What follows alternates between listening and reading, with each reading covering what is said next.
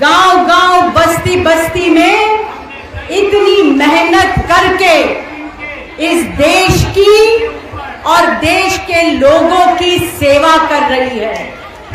Corona के काल में 2 साल के अंदर अगर आंगनवाड़ी और आशा वर्कर इस देश में नहीं होते तो जिस लाखों की तादाद में लोग मरे हैं वो करोड़ों की तादाद में मर जाते। ये हकीकत थी, क्योंकि पूरी सरकारी अर्थव्यवस्था, सरकारी स्वास्थ्य व्यवस्था निकम्मी हो गई थी। क्या चल रहा था इस देश में? तो सिर्फ आंगनवाड़ी और आशा वर्करों की मेहनत काम कर रही थी। लेकिन फिर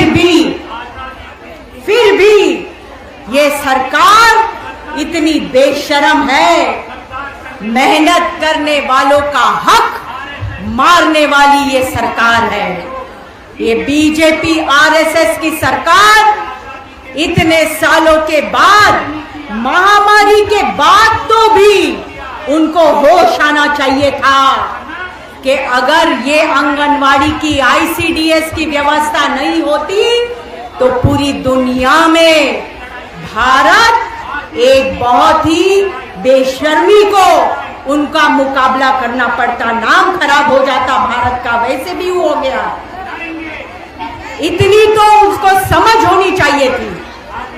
और आंगनवाड़ी की महिलाओं को तुरंत 2021 में 2 साल तो गए महामारी के, 22 के बजट के अंदर, ये साल के बजट के अंदर उनको डिक्लेयर करना चाहिए था कि आंगनवाड़ी की महिलाएं ये सरकारी कर्मचारी बनेगी। ये तोहफा बीजेपी आरएसएस की मोदी सरकार ने आप सबको देना चाहिए था। ये उनकी जिम्मेदारी थी, क्योंकि आपने अपनी जिम्मेदारी निभाई, 2 साल के अंदर इस देश को बचाया। लेकिन उल्टा कर रहे हैं वो।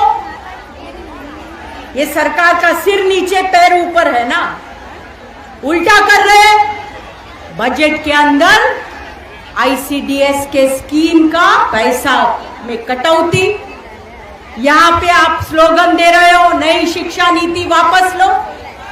नई शिक्षा नीति के तहत पूरा निजीकरण का उन्होंने मामला चलाया है, तो इसमें आंगनवाड़ियों के ऊपर असर होगा, कर्मचारी पे असर होगा और गरीब के बच्चों के पढ़ाई लिखाई पे असर होगा, शिक्षक पे, प्राध्यापक पे असर होगा।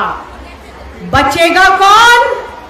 बड़े बड़े लोग जो स्कूल, कॉलेज, दुकानों की तरह चलाएंगे, वो बचेंगे, क्योंकि वो मुनाफा कमाएंगे।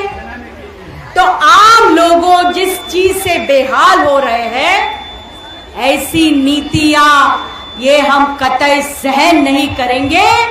इसका आंदोलन गांव गांव, बस्ती बस्ती में जो आप लोग लेके जा रहे हो, उसके अंदर कंधा से कंधा मिलाकर जनवादी महिला समिति भी आपके साथ, हम दोनों एक मिलकर औरतें, क्योंकि जो लाभार्थी है वो लाभार्थियों का भी बहुत बड़ा प्रॉब्लम है आधार के कार्ड से जोड़ने की वजह से।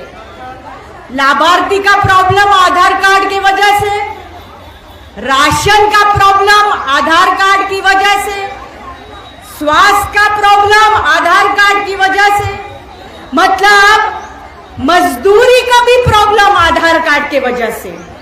ये मनरेगा में काम करती है ना औरतें, उनका भी पेमेंट, उनका भी जो पूरा जो मिलना चाहिए, राशन मिलना चाहिए, वो भी नहीं मिल रहा है, क्योंकि अंगूठे बराबर मैच नहीं हो रहे हैं। मजदूरी करने वालों के, औरतों के हाथ कैसे होते हैं? मुलायम थोड़ी ना होते हैं, है कि नहीं? मजबूत होते हैं, इसलिए अंगूठे उठते नहीं है मशीन पर, इसलिए ये हक भी मारा जाता है। तो जो लाभार्थी है गांव गांव में, वो महिला समिति और आंगनवाड़ी मिलकर हम ये लड़ाई आगे लेके जाने की जरूरत है साथियों।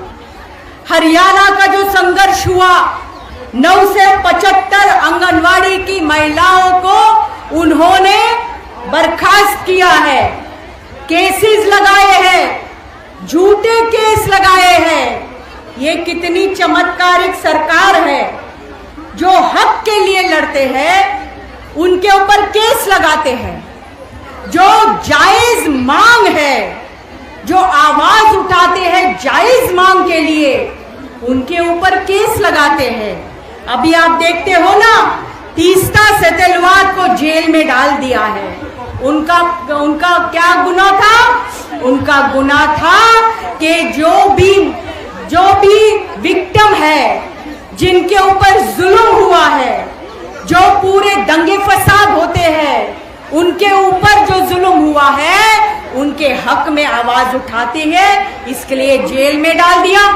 और यहाँ पे दिल्ली में जो बीजेपी के जो बड़े बड़े नेतागण हैं, कपिल शर्मा जैसे, अनुराग सक्सेना जैसे, बहुत ही गंदी तरह से बातें रखते हैं। जो अलग अलग उनके स्वामी है, वो उत्तराखंड में जो हुई सभा, उसके अंदर जो गलत गलत बातें करते हैं, मार डालो, काट डालो, जला डालो, ये सब जो औरतों पे बलात्कार करो, ये सब जो बातें करते हैं, उनके ऊपर कहीं पे भी कोई न केस होता है, न उन्हें पकड़ा जाता है। मतलब क्या हो रहा है हमारे देश में?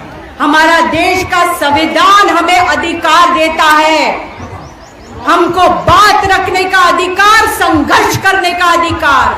यहाँ पर आपका जंतर मंतर पे ये आंदोलन करने के लिए सिंधु जी को पुलिस वालों ने कितना तकलीफ दिया, बार बार कह रहे परमिशन नहीं देंगे, फिर बोला 1 दिन देंगे, फिर बोला 3 दिन देंगे। तो क्या मेहरबानी कर रहे हैं परमिशन देकर? हम उनको परमिशन दे रहे, वो मेहरबानी समझे। परमिशन आंदोलन करना ये हमारा अधिकार है, वो कौन से हक से हमको अधिकार नाकार रहे हैं? यहाँ पर एक उल्टा पूरा समाज और उल्टा पूरा देश खड़ना की कोशिश कर रहे हैं ये लोग। जात के नाम पर, धर्म के नाम पर झगड़ा लगा रहे हैं। आंगनवाड़ी महिलाओं को भी ये ध्यान में रखना पड़ेगा। महिला समिति गांव-गांव, बस्ती-बस्ती में सभी जात, धर्म, भाषा बोलने वाले औरतों के सम्मेलन ले रहे हैं और कह रहे हैं, हम हिंदू हो या मुसलमान हो, दलित हो, जाट हो, ब्राह्मण हो, जो भी हो, हम भारतीय नागरिक है। और भारतीय नागरिक होने के तहत हमारा हक बनता है कि हमको एक इज्जत के साथ जिंदगी जीने का मौका मिलना चाहिए। क्यों हम मजबूर होके जिंदगी जिए? आप इस 7 सालों में ये सरकार ने लगभग 11 लाख करोड़ रुपया, कितना? 11 लाख करोड़ रुपया अंबानी अदानी का कर्जा माफ किया। जो उनका टैक्स माफ किया वो अलग से चीज है, ये सिर्फ कर्जा माफ किया। और आंगनवाड़ी औरतें जब कहती है कि हमारा मानधन बढ़ाइए, हमको सरकारी कर्मचारी बनाइए, हमको किमान वेतन, मिनिमम वेज दीजिए, हमको बहुत अच्छी तरह से अपनी जिंदगी जीने का ईमान के साथ, हम अभिमान के साथ जिंदगी जीने का, हमारी गरीबी से मुक्तता दिलाने का ऐसा अधिकार दीजिए। तब मोदी जी कहते हैं हमारे पास पैसा नहीं है,